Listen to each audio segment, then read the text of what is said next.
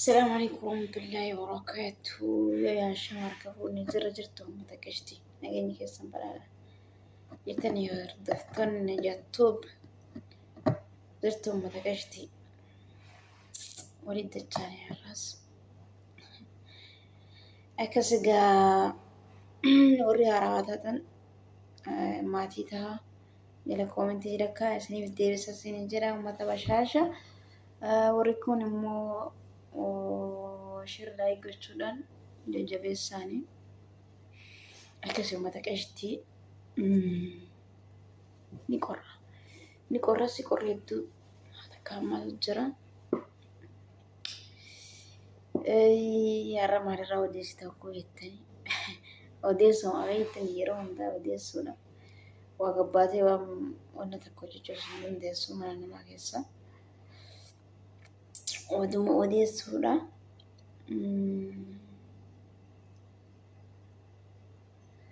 Akkas inshaallahi maalis seetanii ilma namaa kana irra abdii hin kaatina waan jedhutu akka jira. Waan jedhutu akka dubbachuudhaaf deema. Ilmi namaa gantuudha. Abbuma fedhe ta'uu dhiira taatu dhalaa taatu. Ilmi namaa karabbiin isaa wanni jedhee malee nama gana. Zabana kana bara kana keessatti bara haati ilmoo ganu jirtu. Bara abbaan ilmoo ganu jiru. Bara ilmoon abbaa ganu jirtu. Bara obboleessi obboleettii ganu jiru. Bara obboleettiin obboleessa ganu jirtu. Bara jaarsi jaartii ganu jiru. Bara jaartiin jaarsa ganu jirtu. Bara ajaa'ibaati. Waa ganiinsa qofaami lubbuu baasuu takka keessa jirra jechuudha. Dubbii kiyaanaa wal balleessuu, wal ajjeesuu, wal dhabamsiisuu. Wallaahi ani hedduu sodaadha. Ani hedduu na sodaachise warri wallaahi wanti miidiyaa kanarra argitu hedduu takka si shoro keessaa si sodaachisa qalbii si cabsa jechuudha. Wallaahi hedduu qalbii nama cabsa hedduu nama rifachiisa wanti taa'amu jiru wanti ati argitu wanti ati dhageessu waan addaati. As dura adaabbaadhaan fakkaatte ijoolleen obboleeyyuu lamaan obboleessa ofii ajjeesanii bakka inni ciisutti rukutanii jechuudha. Mataa baqashanii achitti ajjeesanii. Baruma dhiyoo tana keessa qaalichi tokko jimmatti haadha manaa isaa ajjeese tokko keessatti ajjeese. Nama meeqa jechuun nama 4 geetti jechuudha. Harargee keessattis akkasi. Ammas kun jimma jedhanii eegdatti ajjeese haadha manaa isaa shugguxiidhaan dhaheetiin ajjeese jedhanii. Maaltu garaa waliin nama jabeessee dhiiroo laata? Maaltu waan akkas sana akka godhan nama kakkaasuu jira. Maali badiin? Maali rakkoon? Namni keenya anama biyya arabaa tana keessatti wallaahi jaarsaaf jaartiin sogguu wal dhaban karam namni maruu beeku jechuudha.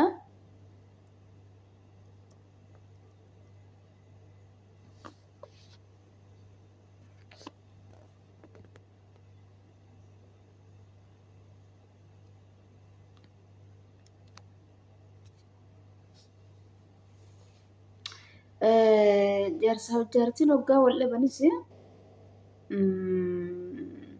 wal gadhiisan walii kan adda deeman malee waliin ajjeesan. Gizee wal dhabbiin dhuftee ishiin deemtee gara maatii ofiitti galti. Jaarsis yoo jaartii wal dhaban takka irraa bahee deema jechuudha. Biyya tana keessatti amma biyya arabaa tana keessatti jechuudha. Wanti akkasiis hin jiru. Itoophiyaan tun maali jedhee dhiinni namaa kun maaluma isaanii qaba. Ajjeesisee yaani mootummaarra dhalanii fakkaatan ani mootummaa biyya keenyaatitu zaban durirraa uummata ajjeesa. Uummannis jaartii ofii ajjeesu tana waan achirraa dhalan fakkaata.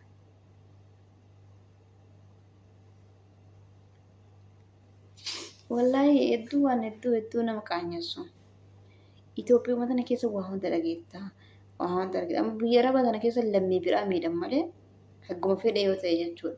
Lammii biraa miidhan malee walii takka harkaanuu walirree bane hedduu isaanii harkaanuu walitti waan jabaate harkaan walitti isaan kaasa malee harkaanuu baay'ee walirree ban jechuudha.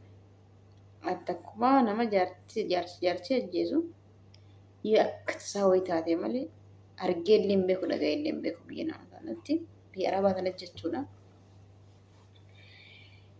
Wadhabnaan cinqii takka malee adda deeman. Ilmoo adda fudhatanii kan ilmoo waliin dhorgine kan ilmoo abbaan yoo haadha adda ba'e ilmoo guyyaa jumaadha abbaa dhattee ilaalti jechuudha. Abbaa dhattee ilaalti yoo abbaa bira jiraatte yoo haadha bira jiraatte jechuudha. Abbaa bira soggoo jiraatte wanni achi deemti jechuudha. Yookaan adda fudhatanii ilmaan tana adda fudhatanii guddisan ilmaan yoo haadha bira jiraatte immoo abbaan masruufa kennaaf ilmoon mindaa isaa irraa masruufa kennaaf jechuudha. Ji'aatti birrii akka Kuweetitti riyaala dinaara 150 170 akkas ji'aatti qaxxaraaf jechuudha mindaa ofirraa. Riyaala Saudii meeqa akkas 2,000 jala dhufti jechuudha. Ji'aatti kan ilma ofiitiif kennu jechuudha. 2,000 akkasii 2,000 taate ni tartiyyuu na fakkaate ni tartiyyuu 2,000 akkas na fakkaate kennaniif jechuudha. Immoo kennanii waliin dhorgan abbee akkanaatii abbee hamaa abbee akkana na godhan jettuu naati. Wallaahi hamaa haadha hamaa walii ittiin himan ilmaan isaaniititti hamtuu barsiisaan guddisan biyya tanatti. Namni keenya gaafa haatii fi abbaan wal dhabde ilmoo yoo haadha bira jiraate haati hamtuu abbaa malee waan biraan dubbatu. Warra abbaa bira yoo jiraate warri abbaa tasu waa'ee haadha hamtuu malee wata kan dubbatan. Maali rakkoon biyya teenyaa ta'u wala waan ajaa'ibaati waan yeroo hedduu tasjabu keessa akkasii laakiin duuti tuni ni hammaattee dubartii ajjeesuun biyya teenyaa kana keessatti maaliin wal ajjeesanii yoo waliin taane waliin kan gadhiisee jaartii biraa ilaallachuu jaartii biraa yoo wal dadhaban gadii kun hin taaneef himi ni dhibdeemi akka inni fedhu waliin jiraan ofirraa dhiisuudha.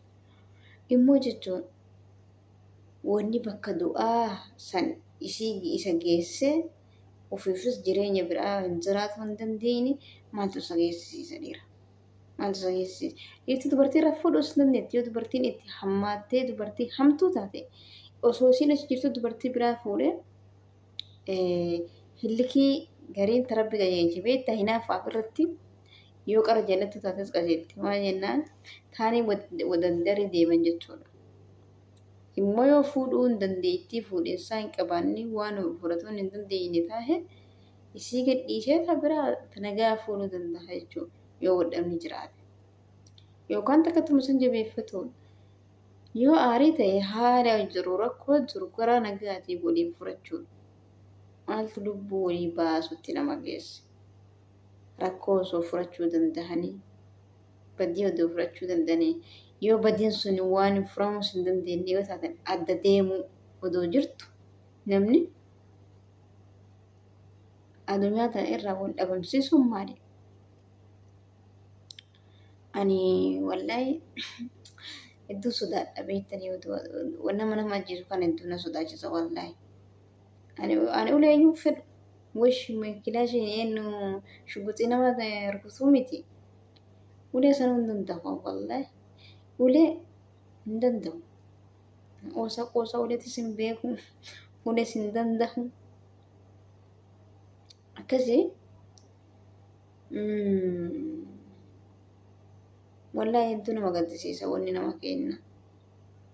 Intala qacaaleedha intala xiqqoo takka ajjeese namichi. Maal ta'utti jira dhiira maal ta'u jiranii anaa naan galle. Amma gara keenyatti arsitti dubartiin ajjeesani. Jirti dubartiin ajjeestu yoo garaftee bas garaffii tana isaantu jaalataa wallahi akka harreetiin nama cafaqanii ajjeesinsa namaan ajjeesan. Sirratti ni fuutii namas ni garaftii dubartiin yani akka naannoo Oromiyaatiin bakki dubartiin garbummaa jala jirtu mooru arsiiteen mo'atiinsa tana baay'istee dhiirti. Amma dur sunis gisee duraa san jechuudha. Hedduu takka abbaan goote abbaan mana abbaan goote abbaa irreeti ni cafaqu. Laakiin gosa ittiin buhanii lubbuu siin baasan. Abbaa hamaa ta'es ni ari'a dubartii jedhaa of jala ari'a malee gara waraatti geggeessa malee hin ajjeesu. Leesh inshaallah leesh ajjeesan. Leesh ajjeesan wallah dhiirtii ani sodaadha dhiira jimmaatii fi an dhiira sadi sodaadha. Wallagga ni sodaadha. Jimmas ni sodaadha. Hargis ni sodaadha wallahi. Qoosaan beekan. Hillim qofa godhu wallahi. Abbaate maali lubbuu walii wal baastu? Lubbuu walii maa wal baastan?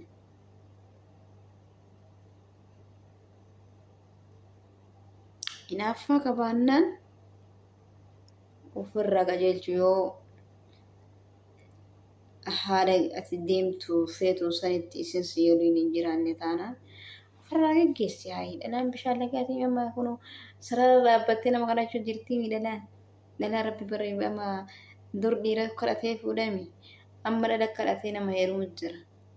Zabana kana dhala kadhatee karaa dhaabbattee online gubbaa dhaabbattee yaa rabbi dhiira nuu baasa jechuu jirti. Rabbi rahmatu nu haa godhu. Wallaahi dhala haaya takka sagalee maa lubbuu intala namaa baaste intala namaa gadhiisii kabajaa warra achiitti deebisi tafee fuudha obboleessa keessa. Lubbuu namatti dabatee wallaatti qoosaami lubbuun. Ay Itoophiyaa wallahi Itoophiyaa tana silaa inni madhuushu maa inni beektani bas ani wallahi biyyi fokkuun akka Itoophiyaan jirtu. Afrikaan tun ummatumaan ta'an. Afrikaan tun ummatumaan ta'an dhugaa lubbuun bakki lubbuun namaatti rakkoo shaa'eessa jennaan Afrikaa. Yani walumaa galatti jechuudha. Itoophiyaa dabalatee bakki itti lubbuun namaa qoosaa bakki itti lubbuun namaa akkuma tasaatitti baatu. Biyya tana keessatti ana Kuwait keessa rabbi Kuwait tana keessatti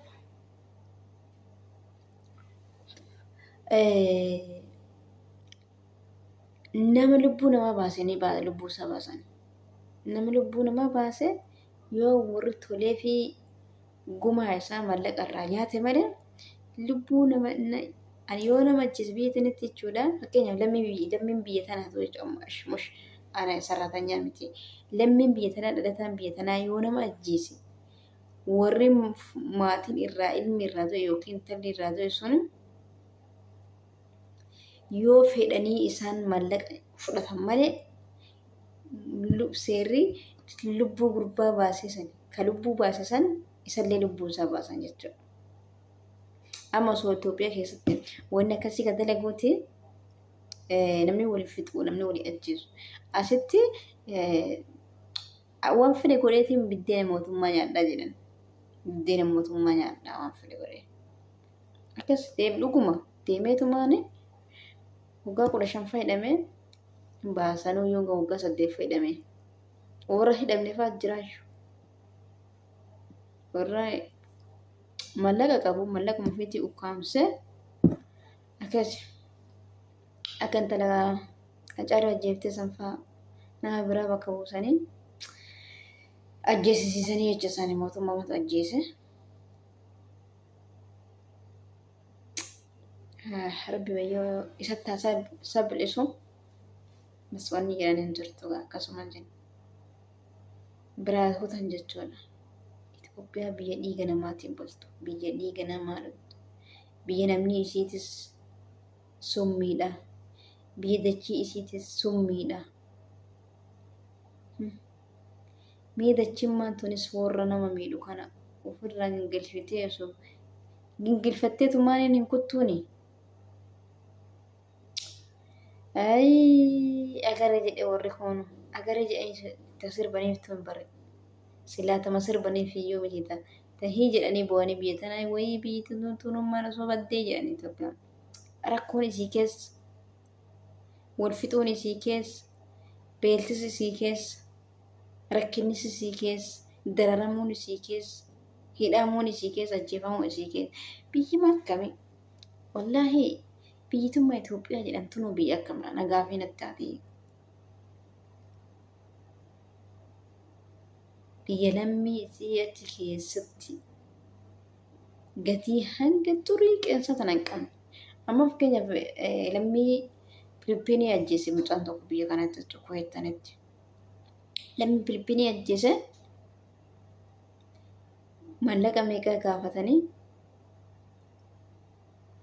biliyeena 7 gaafatanii inni kenna jedheen warri ni dide warri intalaa ni dide Filippinii mootummaan Filippinii ni dide lubbuu gurbaa sanii nu baasaa jedhanii gurbaa mucaara baatee ajjeese intala gurbaa amata 17 ka ajjeese jechuudha sarraatanya hojjettuu mana keessaa lubbuu isaa san baasaa jedhanii didan. Biyya ofiitis ni cufe hojjettuun haaromni biyya tana dhuftu biyya ammaan seentu Kuweetti ni cufe jechuudha. Akkas biitii namaa kabajaa lammii ofiitiif qabdu akkas jechuudha. Kennamush kalammii biyya biraa jiru ka biyya keessa jiru ka biyya keessatti waa ajjeesu ka biyya keessa fixu akka fedhe nyaatee akka fedhe jiraata jechuudha. Kanaaf kabajaan qabnu biyya namaa kana keessan nu biyya tana keessatti nampaan fedhe kabajaan qabu wallaahi akka fedhen godhan maan jennaan mootummaa keessatti kabajaa siif hin qabne lammii isaatiiyyuu biyya keessatti kabajaa hin qabne akka fedhen du'anii akka fedhen godhanii seerri hin jiru seerri ka abbaa waa qabuuti ka abbaa aangoo qabuuti kan abbaa mallaqa qabuuti seerri biyya sanii abbaa dhugaatiif hin jiru seerri. Immoo guyyaa takka rabbiin ni murteessa dhugaa sana. Akkasii isinin jedha uummata qashtii nagaa fayyaan dhabina fayyaan haa ta'a isinin jedha.